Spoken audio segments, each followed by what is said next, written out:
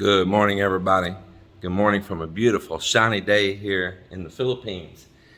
Well, I got a little surprise just now. Iloilo showed up. Now, Iloilo is our power company here on Panay Island. Okay, at least this part of Panay Island. Iloilo, like, Iloilo, Iloilo. So, yes, we're tying to the grid here. But the thing is that we want it for a backup in case there's times that maybe our solar system goes down. We can just flip a double throw breaker, switch over to the grid for emergency. Something could take our equipment out. It can happen. It's a reality. Or just a piece of equipment fell. And at the same time, if we had a lot of extra load, we got an event going on here or whatever, and our system in-house here can't keep up with the demand, things can happen. Well, then also it can pick up the difference and keep up with the demand. And for those small times like that, it would only just cost us a little bit to have it connected here. So let's say that we were making all of our own power 100%, and then occasionally we had to use a little bit of their power. We might end up with 400 or 500 peso bill or 1,000, 2,000 peso bill. Better than 12, 15, and 20, and 30,000 peso bill. Anyway, up here right now, they're having to loosen up a wire that a guy put in for. Iloilo has these contractors that come out and they connected my overhead wire, and he pulled it super tight. And I said, man, if we have a storm and it rocks that pole in it, it's gonna rip it right loose on the house. So the first thing this Iloilo employee did is loosen off that wire and get a drape in it right here, because he agreed it was too tight.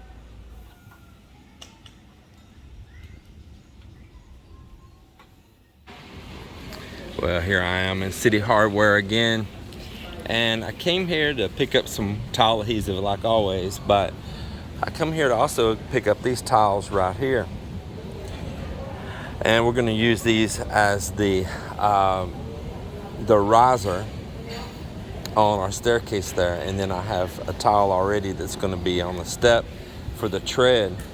Well, it's the same situation I get into every time here. They'll tell me they have no stock. Okay, well, you always know those stories, right? Or they'll say it's in the back and I need to come back like another day or whatever because it's need a forklift to move it, and it's way in the middle of a bunch of stuff, and always come back another day, or they don't have it.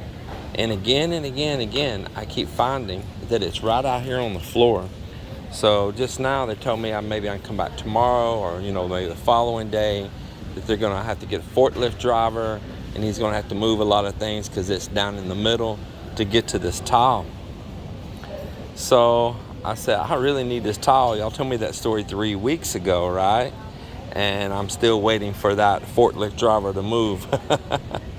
So just like on my other tiles, all that on the deck that I came here again and again, they say they don't have, and we would find it ourselves. or I would really pressure a worker to search. And I did again here. I zoomed up here with my phone, got those codes, name, everything, went to walking here looking, and I found it all right here at the end. Here it all is, right here. See all them boxes? Not just all of those boxes. It's all of those boxes. Is that tile, same color, same part number, everything, complete match. The guy come walking up telling me to wait longer. They're trying to talk to the forklift driver. I said, no, it's right here. He looks, oh, that's your tile. Yes, it is. It's right here. And I've noticed that I get into this again and again and again. If you just take that simple answer of out of stock, it may not be true, and they're missing sales too. It's a little bit of mayhem sometimes, but nonetheless, I could have easily got in my truck and just took them, their word at face value, and went away empty-handed again, and projects delayed again. But I've got really wise to it and just start searching myself. And I don't know why they seem so hesitant to pull this right here too, like they're gonna have to move their display off the top of it and all. But that's part of it. That's part of it, because that is your inventory that your display's on. The key thing in this story is that I stayed nice, calm, and cool. I didn't go into the A mode, if you know what I mean. It wasn't like I, threw a fit and like, here it is or anything. Calm and cool and nice, but, take care of business. But yeah, that getting upset don't do you or them or anybody any good. I know I'm guilty of it. I'm not speaking like only others do it and I don't. I've done it, and I've learned that that just don't get you nowhere.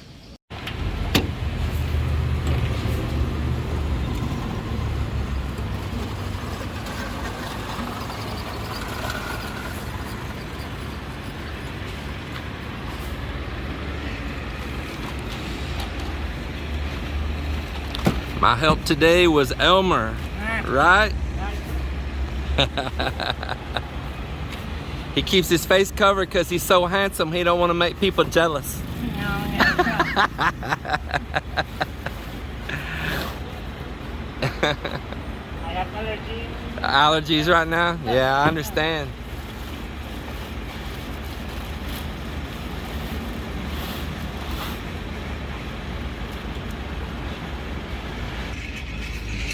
Yeah, I saw little hiccups in the store like that. I still like doing business here.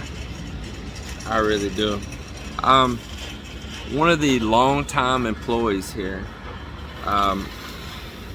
young girl named Clarice. I noticed she's not here anymore. She's great help.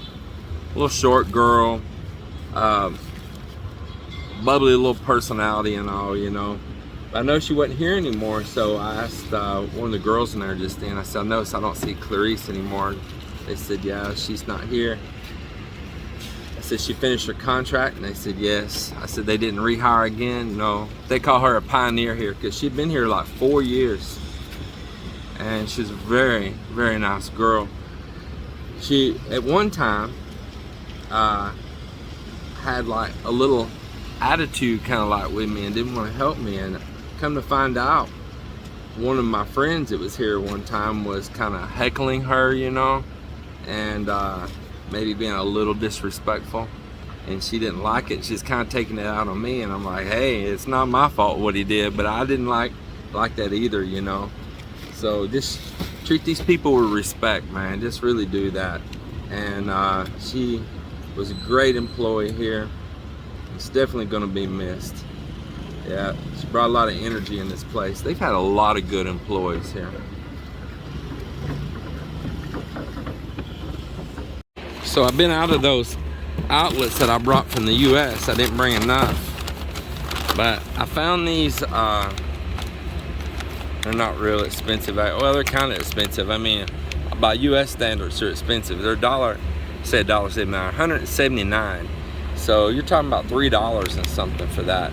But the reason I bought these is they're universal, see, with the ground, and they'll fit that European style plug or the American plug, either one.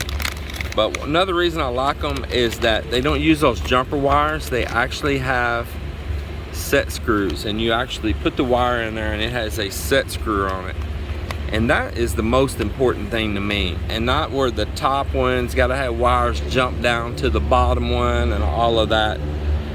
You put the wire in there, and it's got a gauge how far, that little slot right there you see, it gauges how far you're supposed to strip the wire, and then you just back off that set screw right down in there, slide your wire in, and lock it down.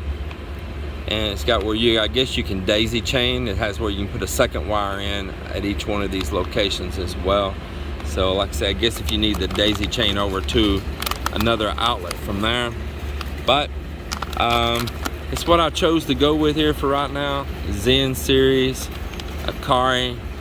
I can't tell you if they're like a really great switch or not, but if it's meeting the needs I need at the moment, okay?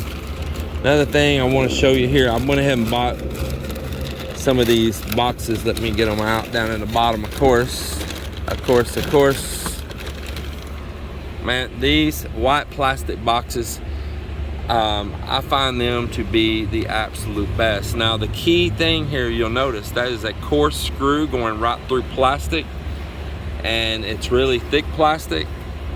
That is the key point about these boxes right here, because when you cast these in the wall, those little orange boxes they sell that have the little ferrule like inset with the thread in it, those things are horrible, and they're really flimsy, and just the pressure of the creep will squeeze in on the side of them. But this box here is strong against that, man. So when I first started building our house, these weren't available, and all I had was no choice but those old orange ones. But now, as we moved on further in our house, these popped up on the scene, and we finished all the rest of the house, probably all the second and up at third floor and everywhere else, with these boxes right here, and they have been nothing but great. And if you need to put a longer screw and all, it's simple, because it's just a regular coarse screw. You don't have to go find no special screws or anything like that. So that's a plus. And they also sell it in the junction boxes as well, and the same thing, it's just a coarse screw, and they're really strong.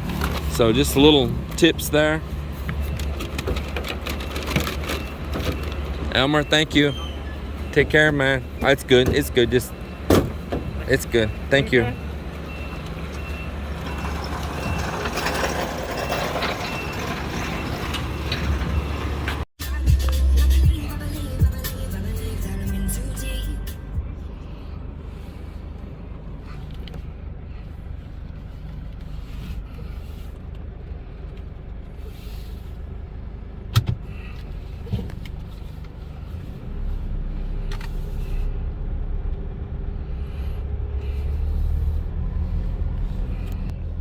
So we can do a little ride and talk right here as I'm going home. Get back there with all these materials. I had an odd thing to happen on my credit card that I use here, and this is a good lesson to learn, and it's gonna be very important, okay? Hold on just a second, pull out off this curb here.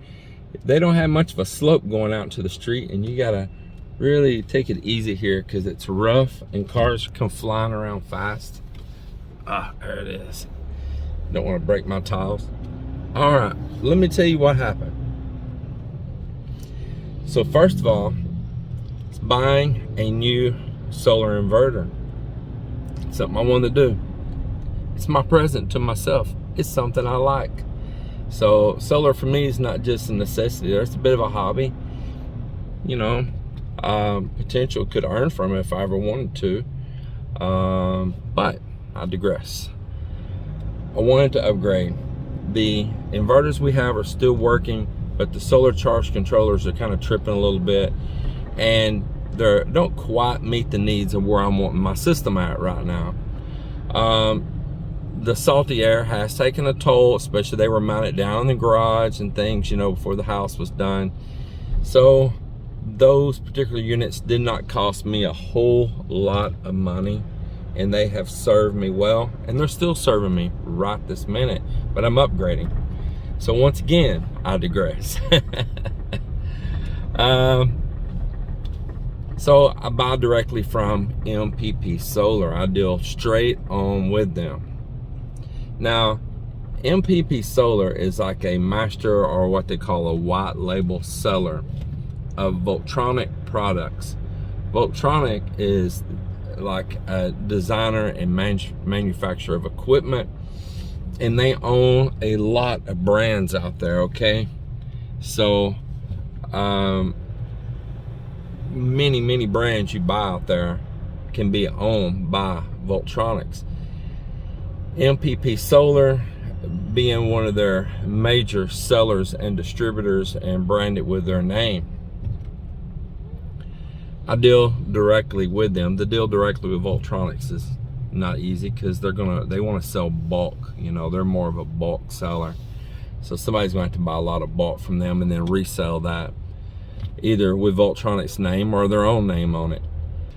So dealing with MPP Solar, I paid them through their online store, and their processor, a pregnant lady in front of me here, walk across the street, give her time.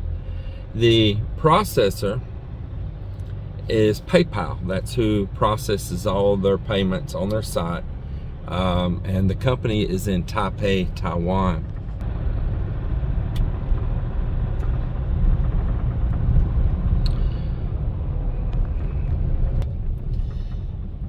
So I used my Chase credit card to try to pay that. It rejected it. It was a failed transaction. So I thought maybe I put something in wrong, try it again, failed transaction. I called Chase thinking, okay, fraud, security, something's tripping, you know, US card, I'm in the Philippines making a purchase in Taiwan. You can see where that would happen, right?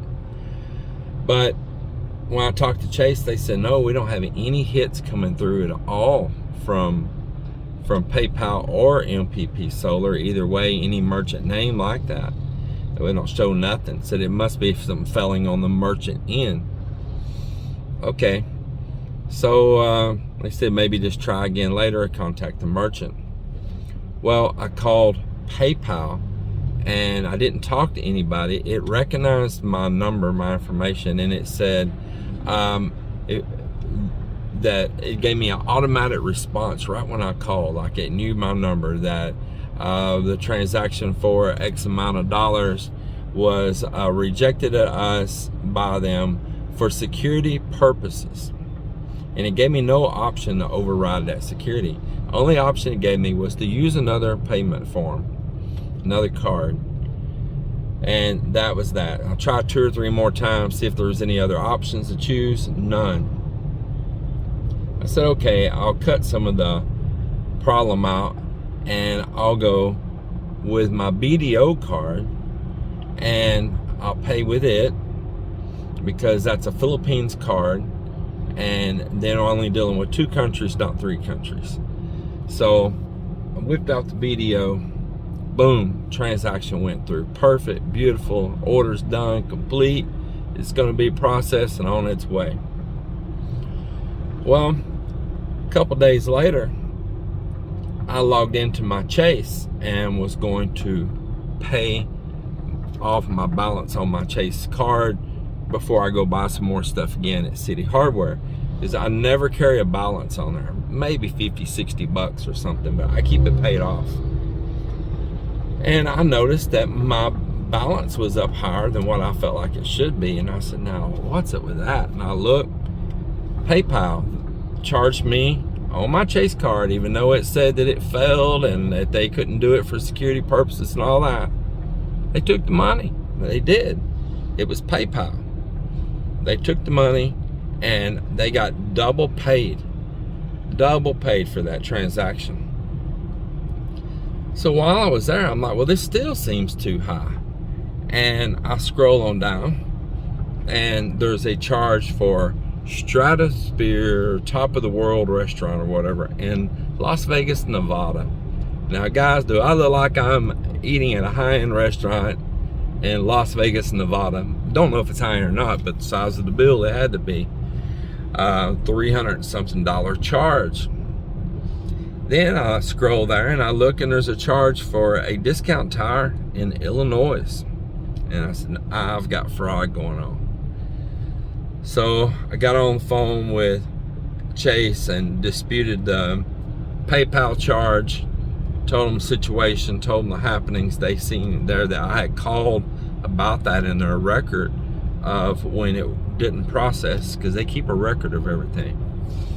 And I told them that they got the money from my bank in the Philippines and they were paid via that they never showed a completed transaction on my Chase. So they instantly started giving me a credit back on my account for that and processing everything. I keep really good status with them, so they take real good care of me. And I said, besides that, I've got some fraudulent charges. And she says, your card in your possession? Yes, it is. And she looked at those charges and she said, we've got to turn off this card and send you a new one. Yeah, so it had been compromised. Now, where was it compromised at? The compromise took place before even the PayPal stuff, so it had nothing to do with that. The charges were in the United States. So was my card leaked via a company in the USA somewhere, or the Philippines and it made it to the USA somewhere? I would say the first. I say that a company somewhere in the US that I've used my card with, doing an automatic payment or something, has had a security breach and my information has leaked out. That's what I feel has happened. So they tell me that it was a hard swipe, but yet I had my card with me. So that means that whoever it was actually able to create a fraudulent card. And let me tell you, there's these people out there that can do it, man. You know, they can. So they're sending me another card right now, and you gotta stay on top of these things. Now, another important thing to take out on this is make sure you have a good relationship with your bank. Make sure they know where you're at. So before you leave the US and come here, you need to call and tell your credit card provider, your bank, that you're going to be doing some transactions in a foreign country, and give them dates and all and when. That way they're aware. And it's very important that you keep access to a US phone number that is already linked to your bank account.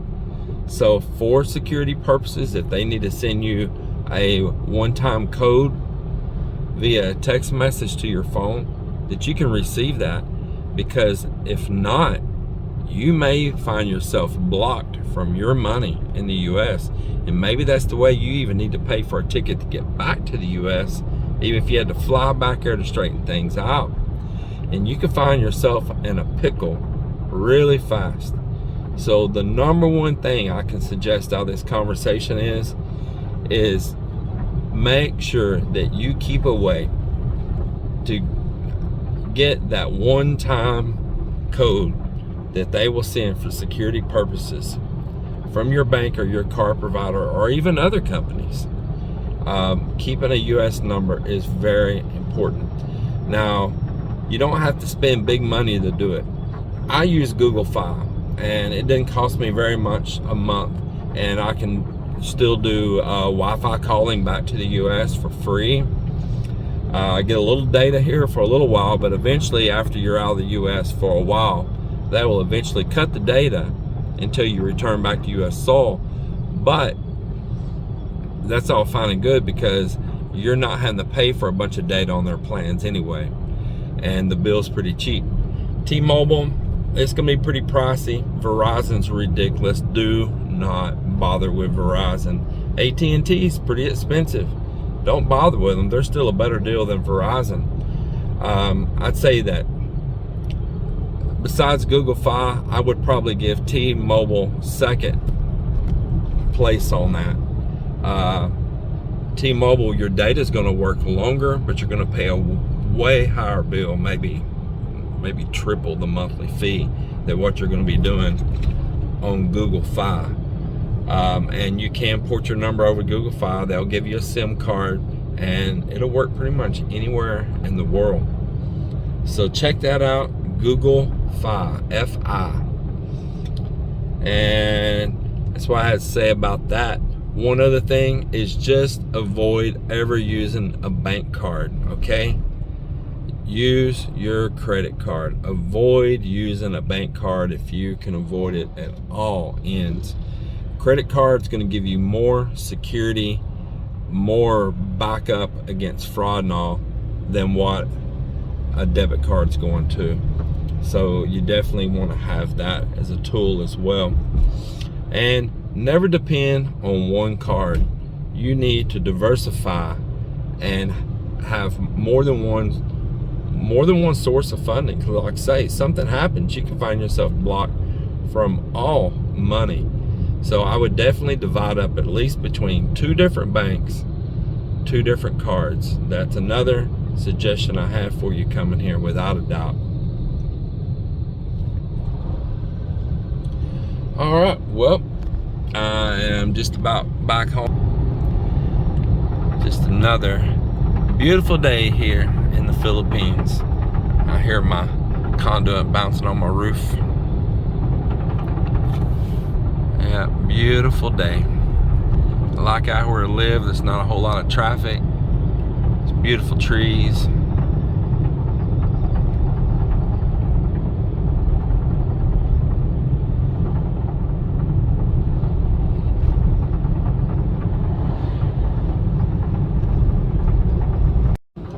Everybody, appreciate you listening to the story here. Share your stories, the mishaps that you've had to happen.